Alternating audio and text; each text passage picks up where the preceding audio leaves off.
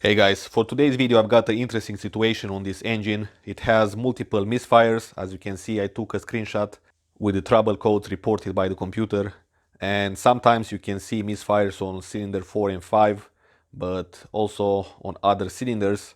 So while I changed the valve cover gasket on this engine, I noticed that the spark plugs are in very bad condition. So in today's video I'm going to show you how to replace the spark plugs on this Mercedes S-Class with a 3.2 liter V6 engine. We're gonna see the gap required for the spark plug, how to test the spark plug wires, and a lot more. So with that being said, let's get started. Alright, so let's remove first the engine cover with the air filter. You can see down here somebody already broke the oil dipstick, because you need to be careful when you take out these air hoses.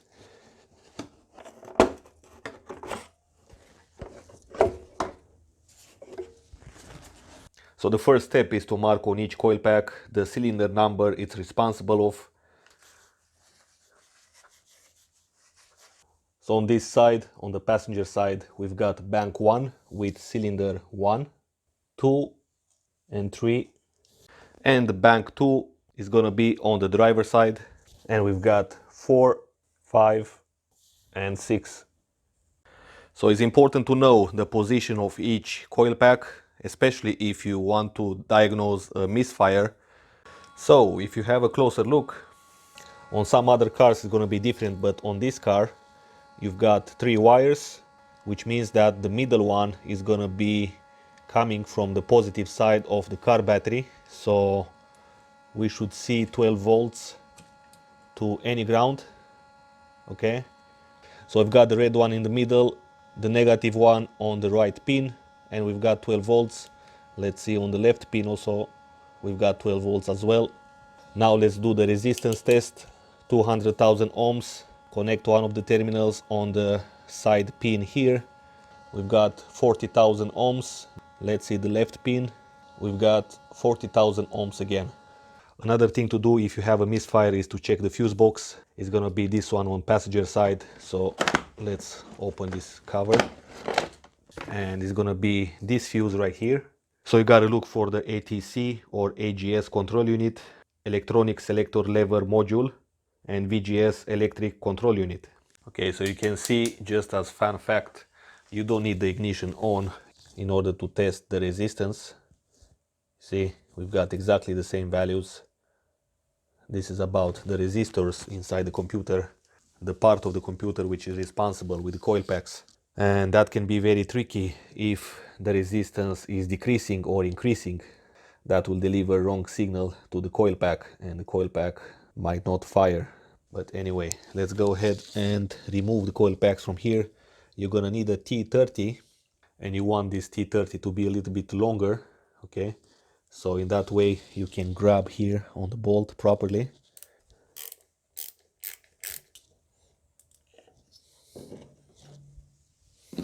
Now if you look down here, you can see some diagrams. We've got cylinder 4 and cylinder 5, also cylinder 6.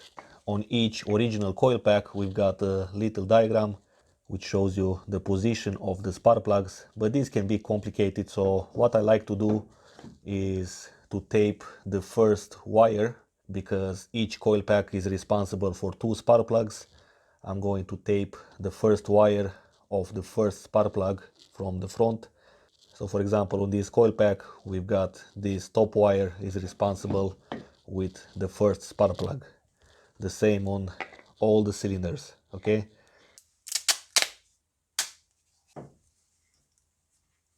somebody installed this coil pack wrongly. You can see the bottom one is connected on the first spark plug instead of this one. So you can see while you do the inspection you might find clues, and this will lead you to the problem finally. It's impossible to find the problem immediately like that. Let's see. This one comes easy, obviously because the previous owner removed it. Okay, you can see this one is full with oil, probably from the oil leaks, which have been fixed meanwhile. So let's see now these spark plug wires, and they come out quite easy also, surprisingly. As I showed you on bank 1 when I removed the valve cover, if the spark plug wires are stuck, then take some silicone spray with one of these tubes. Is going to be very helpful, and then you can place it here in position and direct this little tube on the spark plug hole and spray it in there a lot. In that way, some of the spray will get to the point where the spark plug is stuck on the spark plug wire, and it will come out a lot easier. Okay, so now to remove the spark plugs, this is what I'm gonna use. I've got a 60mm spark plug socket with a magnet in there. Look for the spark plug, you can feel it, you can feel the tip of it.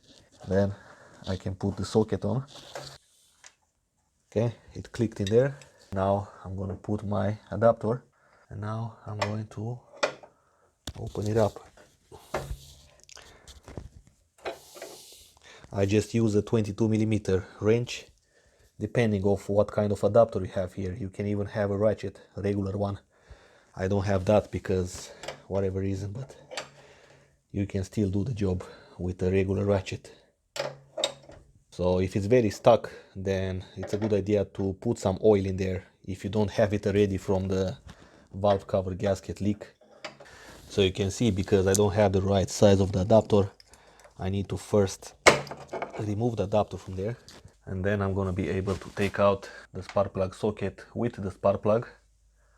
Okay, here we go. You can see it's rusted, but you can see the difference. This spark plug is a little bit newer, so somebody just replaced the spark plug like randomly on this engine. Alright, so I've got the spark plugs out from bank 2. This is how they were in order. So I've got here a file. This one has almost 0.9 millimeters. The gap of the spark plug on this car has to be 0.9. Okay, you can see that is almost double that spec. Okay, this one has almost that size. Okay, almost, which will make it to fit perfectly in here with almost no movement at all. Okay, you can see I cannot move it in there up or down. Just a little bit I can feel it, just a little bit. You can probably also see it on the camera. Yeah, so this is the correct size of the gap. Obviously these are new. So now I'm going to do the same thing on bank 1. Let's remove the coil packs and take out the spark plugs. Alright, so now I want to see a comparison between a new spark plug and the old one, the one which has a lot of gunk on it. This is how the spark plug was in the engine. I didn't clean it up, so I want to see how the spark is going to be compared to a new one. So I've got there the coil pack for cylinder 4. The electric connector is on. I place it on the valve cover. So the condition should be similar as when the spark plug is inside the cylinder. So all I have to do is to press it in there. Okay, so I want to see if I have a good ground on the spark plugs. So I'm going to take the 12 volts positive from this connector. We know that the middle pin has the positive side. Okay, I will try to not touch it to the ground. And let's see. Okay, it looks like we've got 12 volts. So now I'm going to crank the engine and we should see the sparks, but before that I'm going to unplug the connectors from the injectors because I don't want fuel to be sprayed inside. So you can see, just remove these connectors.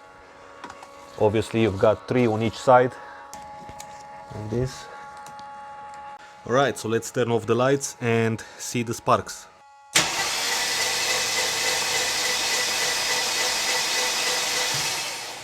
Okay, so it looks like this one was not firing at all because we saw only one spark.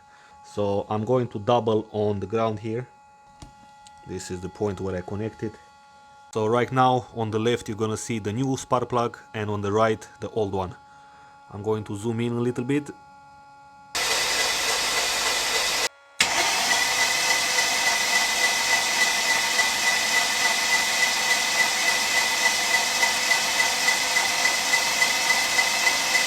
Okay, so this time you could see a lot better.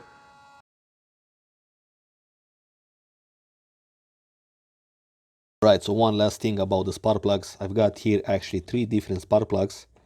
This one is new, this one I had it from before, and this one was in the car.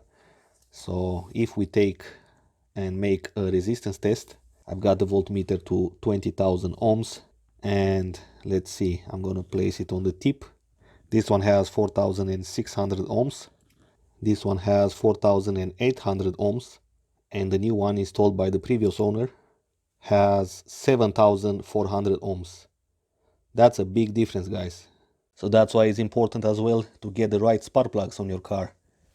Alright, so let's install the new spark plugs. I'm gonna take the spark plug and put it on the socket and place it by hand inside the hole. So it's basically the reverse process of removal. If you want to use a torque wrench, then torque them down to 19 foot-pounds.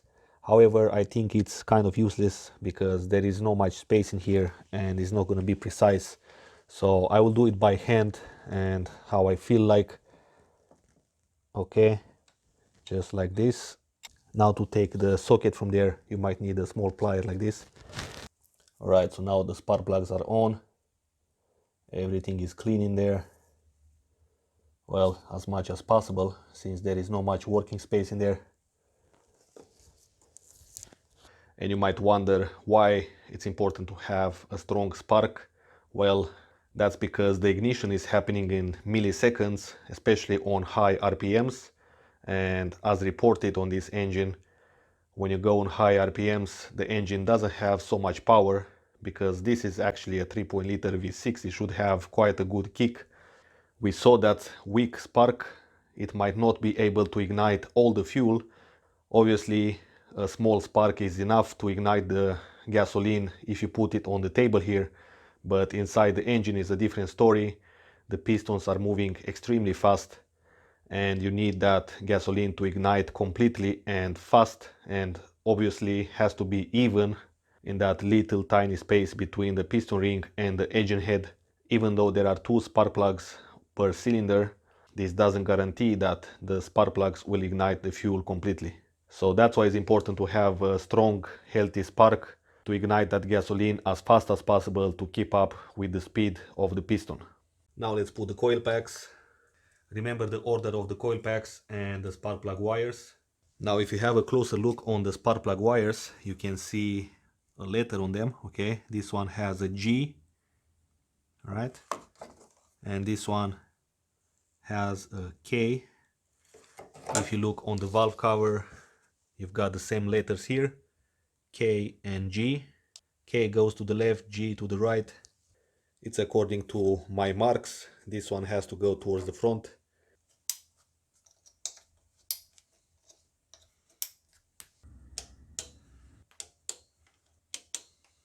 Alright, so now I'm done with the bank 1. Everything is installed. Let's do the same on bank 2. If you remove the spark plug wires, make sure that they click in. You will hear that specific sound. Like this.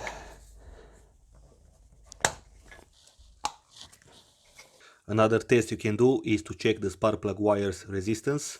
And we've got the specs right on the spark plug wire. Okay, 2K ohms. This one the same, 2000 ohms. I'm going to connect one of the terminal here. So I have the voltmeter turned to 20,000 ohms. So all you need to do is to connect something right there on the bottom pin. Something like this. Alright, we've got 2270 ohms. That's a little bit too much.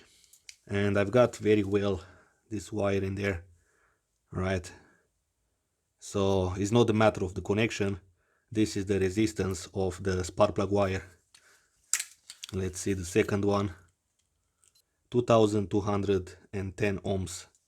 And in this situation, it's up to you if you want to replace these spark plug wires or not.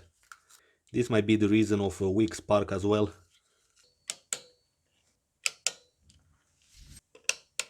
Okay, so that's how you change the spark plugs on this car. Thanks for watching. If you like this video, give it a thumbs up. And check out the other videos I made about this S-Class. If there is something specific you want to see and you want me to make a video about it, write it in the comments below. And if you want to really thank me, subscribe. You get a lot of free videos about how to repair and maintain cars. As you can see, I'm trying to do my best to show you all the details possible. So stay tuned and I will see you in the next video.